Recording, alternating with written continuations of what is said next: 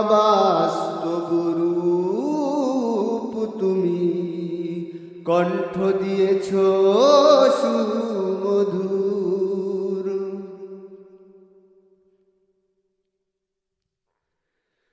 তুমি দিয়েছ জ্ঞান জানিতে ইসলাম, দিয়েছ জ্ঞান জানিতে ইসলাম, মানিতে আল কুরআন, মানিতে আল কুরআন। তুমি কণ্ঠ দিয়েছ সুমধুর, তুমি কণ্ঠ দিয়েছ সুমধুর, তুমি কণ্ঠ দিয়েছ সুমধুর।